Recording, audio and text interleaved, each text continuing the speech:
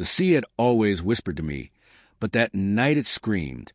Winds howled like wolves set loose from the void, tearing canvas and snapping rigging with teeth of storm. The sky split with lightning, its veins burning against the black, and for a brief heartbeat the faces of my fellow sailors glowed pale with terror. They clung to the rails. They prayed to gods who had never once answered, and they shrieked as waves rose higher than any mast.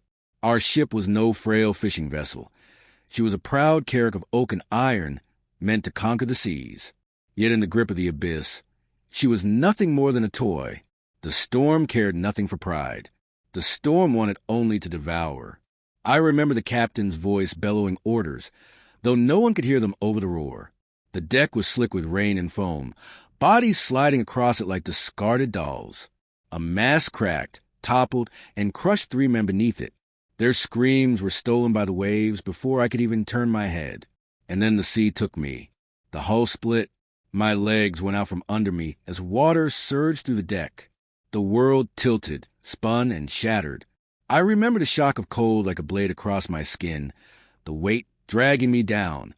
I kicked, thrashed, tried to find air, but the sea did not yield. Above me, the last glimpse of the surface was a pale blur of lightning swallowed by black. I sank. They tell you drowning is quick. They lie. Every second stretched into eternity. My lungs burned, my chest convulsed, and the pressure pressed against my skull until I thought it would crack. The ocean wrapped around me like a coffin, and for a moment I accepted it, death in the jaws of the deep. But then something changed. The cold became warmth, unnatural and pulsing, like the sea itself had grown veins and a heart. A current seized me, not chaotic but deliberate, dragging me further, deeper, into places no mortal was meant to go. The pressure no longer crushed. Instead, it cradled. My vision blurred, then cleared, and in the black I saw light. Not the light of the surface. No sun, no stars. This light bled upward from beneath, strange and alive. Tendrils of glowing blue wound through the water, weaving like serpents. Shapes stirred in the shadows between them, enormous, grotesque, yet elegant in their terror. Eyes the size of shields blinked from the dark, watching, unblinking. And then I saw her. At first I thought it a hallucination born of suffocation, a fevered dream of a dying mind. A figure rising from the abyss, tall as a tower, crowned with living coral and veiled in shadows that seemed to breathe. Her skin shimmered like pearl and obsidian, her hair a cascade of midnight tendrils that writhed like eels. Her eyes opened, and the sea itself seemed to bow. They were fathomless, twin abysses within the abyss, glowing faintly with a color I had no name for. A gaze that stripped me bare, peeling away flesh, bone, memory, until only my soul remained, naked in her sight. She spoke, but not with words. The sound rippled to the marrow of my bones, a resonance that made my blood hum. You are mine. My body should have rebelled, should have thrashed in terror. But instead I felt suspended, not drowning, not alive, not dead, caught in her grip as surely as if invisible hands held me. Around her, the darkness stirred. Shapes that might once have been men, or fish, or both, swam in reverence. Their bodies were warped, scaled, finned, skeletal, monstrous, yet they circled her as worshippers around a goddess. The pressure of their gazes matched hers, reverence, hunger, inevitability. I realized then I had not sunk by accident. The sea had not claimed me at random. I had been pulled, chosen. The queen of the abyss extended her hand. It was pale, slender, yet to lone at the tips, and as it reached for me the glowing tendrils of water wrapped tighter around my limbs. My chest burned one final time, a scream without sound, and then her touch pressed against my lips. I expected cold. Instead, I breathed. Water rushed into my lungs, but it was no longer water, it was air, or something like it, rich and heavy, filling me, changing me. My panic subsided. My heart slowed. I could breathe the abyss. Her hand slid from my lips to my chest, resting over my heart. It beat erratically under her palm. She leaned closer, her face so close I could see the inhuman symmetry of it. Too perfect, too terrible. Her voice came again within me. Your ship sank. Your world above is lost. But you are not dead. You belong to me now, to my realm. to my brood. And as her words sank deeper than the ocean, the abyss swallowed me whole. The current carried me down, deeper than light had ever reached. I should have been crushed, bones splintered under the weight of endless water. But the Queen's touch shielded me. Around us, the abyss changed. What I had once thought of as black emptiness was not empty at all. It was alive, thrumming with secrets mortals were never meant to witness. The first sight of her kingdom stole the breath I no longer needed. Vast towers of coral rose from the trenches, jagged as spears, glowing faintly with veins of bioluminescence. Between them swam creatures I had no name for. Serpents with wings of jelly, fish with faces that bent and split like masks, leviathans vast enough that their shadows stretched for miles. They swam not in chaos, but in order, circling the coral spires as though guarding a palace. And at the heart of it all was her throne. It was no crafted thing, no mortal seat. The throne was grown from the bones of drowned titans, rib cages fused into arches, skulls stacked into steps, each one larger than a ship. Upon it the Queen reclined, her body both luminous and shadowed, her hair spreading like a halo of darkness that writhed of its own accord. The very sea bent toward her, currents spiraling inward like breath drawn into lungs. Her attendants gathered when she arrived with me in tow. They emerged from cracks in the coral walls, from caves and trenches, twisted beings that might once have been sailors, soldiers, or wanderers like me. Some still had the remnants of human form, a face too pale, eyes too wide, fingers webbed into claws. Others had gone far beyond, scales replacing skin, jaws lined with double rows of teeth, spines jutting like coral growths from their backs. They fell to their knees in the water, heads bowed, their eyes gleaming with worship. She raised her hand, and silence fell. Even the sea hushed. Behold, her voice echoed, rippling through the deep, through me. Another vessel dashed upon the waves, another soul claimed by the abyss. But unlike the rest, this one is chosen. This one will not rot in the darkness. This one will serve.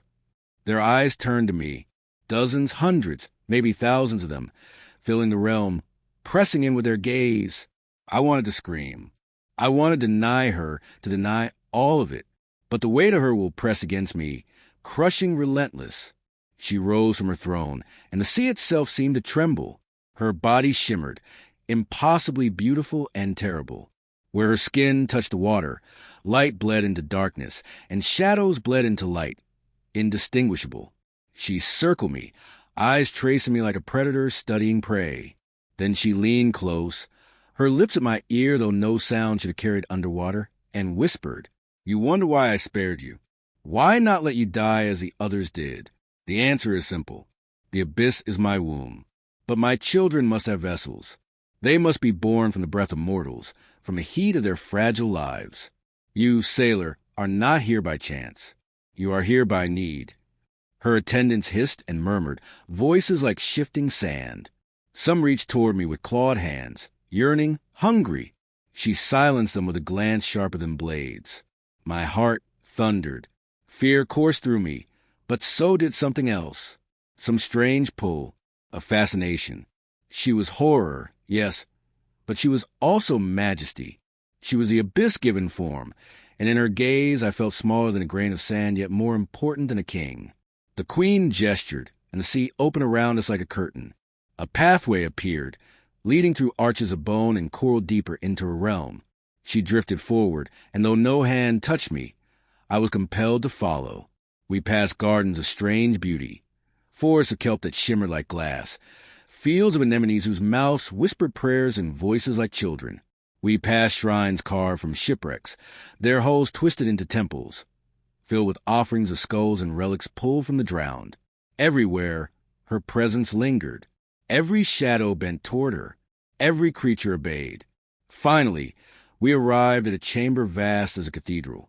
Its walls pulsed with veins of bioluminescence, casting eerie colors across carvings etched into stone. Depictions of the Queen herself, striding from the deep, bearing children whose shapes twisted and shifted with each glance. Some were monstrous, some near human, some unrecognizable altogether. At the center of the chamber rose a dais of obsidian, slick and wet, carved with spirals that drew the eye inward. The queen floated to its peak, turning to face me. "This is my sanctum," she intoned, her voice thrumming to the marrow of my bones. "Here, the abyss births its heirs. Here, my children are conceived. You will remain here, sailor, until my will is fulfilled. And when you are remade, the world above will tremble." The attendants began to chant, voices layered and dissonant. "I am older than stars." The queen raised her arms, and the chamber shook with power. And I realized with dawning horror that my fate was sealed. I was no longer a man lost at sea. I was a prisoner of the abyss. And the queen had claimed me for something far worse than death. The chamber was alive with whispers.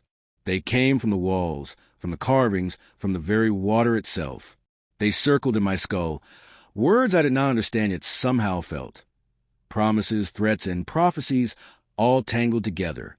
The queen stood at the dais, her silhouette radiant and terrible, and I knew then that my will meant nothing. Still I tried. "I don't belong here," I rasped, though my voice was nothing but bubbles in the water. "I am a man, not a vessel. Send me back. Let me go." Her eyes fixed on me, fathomless and unblinking. She descended from the dais in a glide, her hair streaming around her like the arms of a galaxy. When she reached me, her hand cupped my chin, tilted my face upward. "Do you think the abyss releases what is claimed?" she asked, her voice threading through my marrow. "Do you think death would have you now? No, sailor. You live because I have given you life. And you will remain because I will it so." I should have spat at her. I should have cursed her name.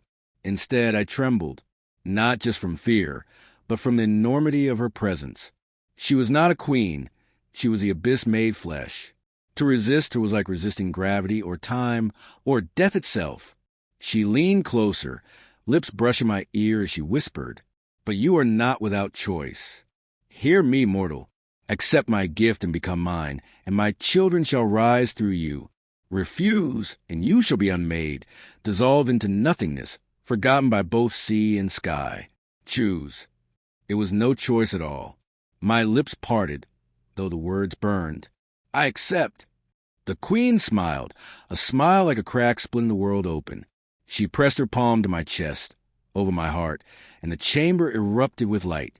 Pain lanced through me. It began in my bones, deep and grinding, as though my skeleton were being rewritten. My ribs bent, my spine arched, my lungs convulsed. I gasped, but the water filled me with strange air, thick and heavy. My skin prickled, burning, as scales traced themselves across my flesh only to fade again into skin, leaving me something in between. I screamed, but the sound was drowned in the chant of her attendants.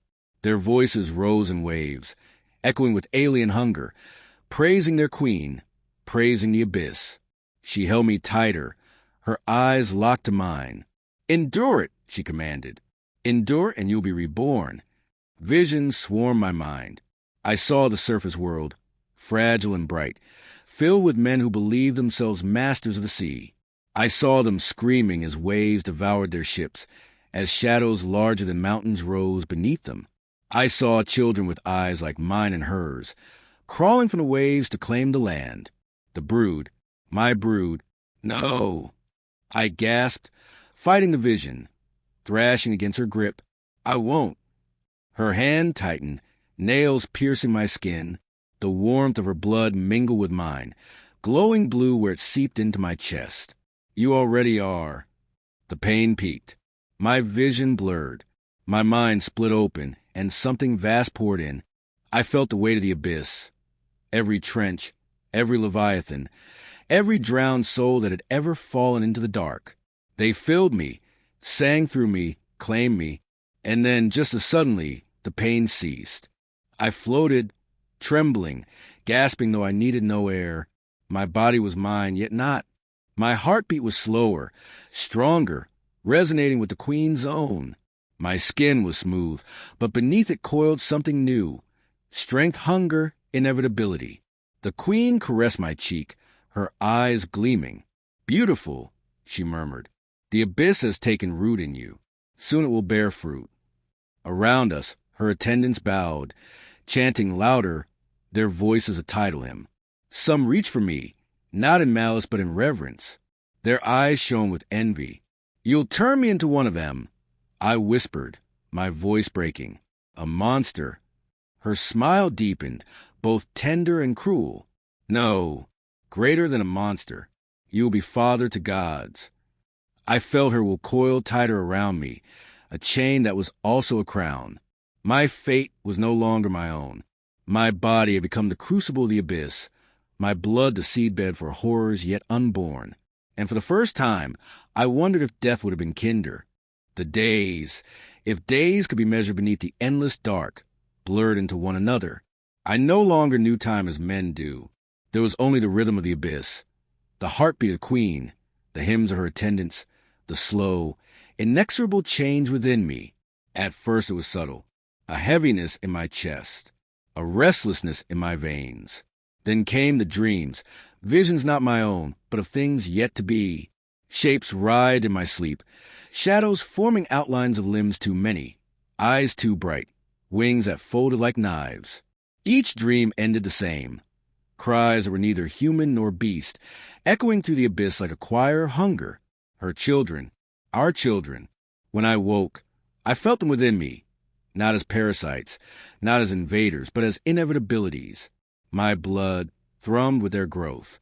My body, once mine, was a vessel, a cradle. The queen's words haunted me. "You will be father to gods." I tried to resist. I tried to claw them out of my mind, to deny the truth of what had been forced upon me. But the queen was always there. Her presence surrounded me like the sea itself. When my will wavered, she would touch my face, and her voice would flow through me like warm currents. "Do not fight them. They are you as much as they are me. The abyss does not steal, it transforms." Her attendants came often, their eyes fixed upon me with reverence. Some sang hymns, others brought offerings, bones of drowned sailors, shattered relics of sunken ships, pearls the size of fists that glowed with inner light. They laid them at my feet as though I were already divine. And then the day, if such a word could still mean anything, arrived. The chamber of obsidian spirals was filled with light, brighter than ever before, as the queen called her court together. The Leviathans circled above, their vast shadows blotting out the faint glow of the trench. Her attendants gathered in ranks, their chants rising in a crescendo. And I was brought to the center. My body convulsed, my chest burned, my skin rippled as if things moved beneath it. Terror consumed me, but so did awe. I was not being torn apart.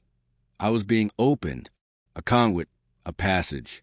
The queen placed her hands upon me, one over my heart, one upon my brow. Her voice rang out, deeper than the sea, older than the world. "Come forth, children of the abyss. Come forth, heirs of shadow and tide. Through this vessel, be born." And they came, not as one, but as many.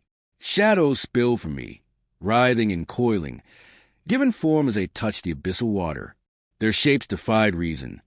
Some with wings like manta rays, some with jaws lined in spirals of teeth, some with bodies that shimmered like stars drowned beneath the waves. Yet in all of them, I saw a fragment of myself, the curve of a hand, the glint of an eye, the echo of a heartbeat. They filled the chamber with their cries. Not screams, not wails, but a chorus that shook the sea itself. The attendants fell prostrate, weeping and trembling. Even the Leviathans bowed their massive heads. And the queen, she smiled. Her gaze never left me, even as she gathered the newborn brood in her arms. Her voice caressed my soul. "You see, sailor, you fear death, but you have given life. You feared monsters, but you have fathered gods. Look upon them and know your purpose." I looked and my heart broke. They were horrors, yes, but they were also mine. A terrible pride rose within me, twisted with revulsion. For all my resistance, for all my denial, I had become the abyss's cradle. I had fulfilled her will. From that day forward, whispers spread among sailors who still dared the seas. Ships vanished without trace. Survivors babbled of shadows that swam faster than any beast, of cries that echoed from the deep, of eyes watching from beneath the waves. Some said the ocean had grown hungrier, wilder, as if it had birthed new predators. They were not wrong. I was never seen again upon the surface. I had no place there. My lungs no longer yearned for air. My heart no longer beat in mortal rhythm. The queen had remade me, bound me. I stood at her side as her consort, her vessel, her unwilling yet unshakable companion. Sometimes, in the rare quiet between storms, I wondered if the man I once was had truly died that night.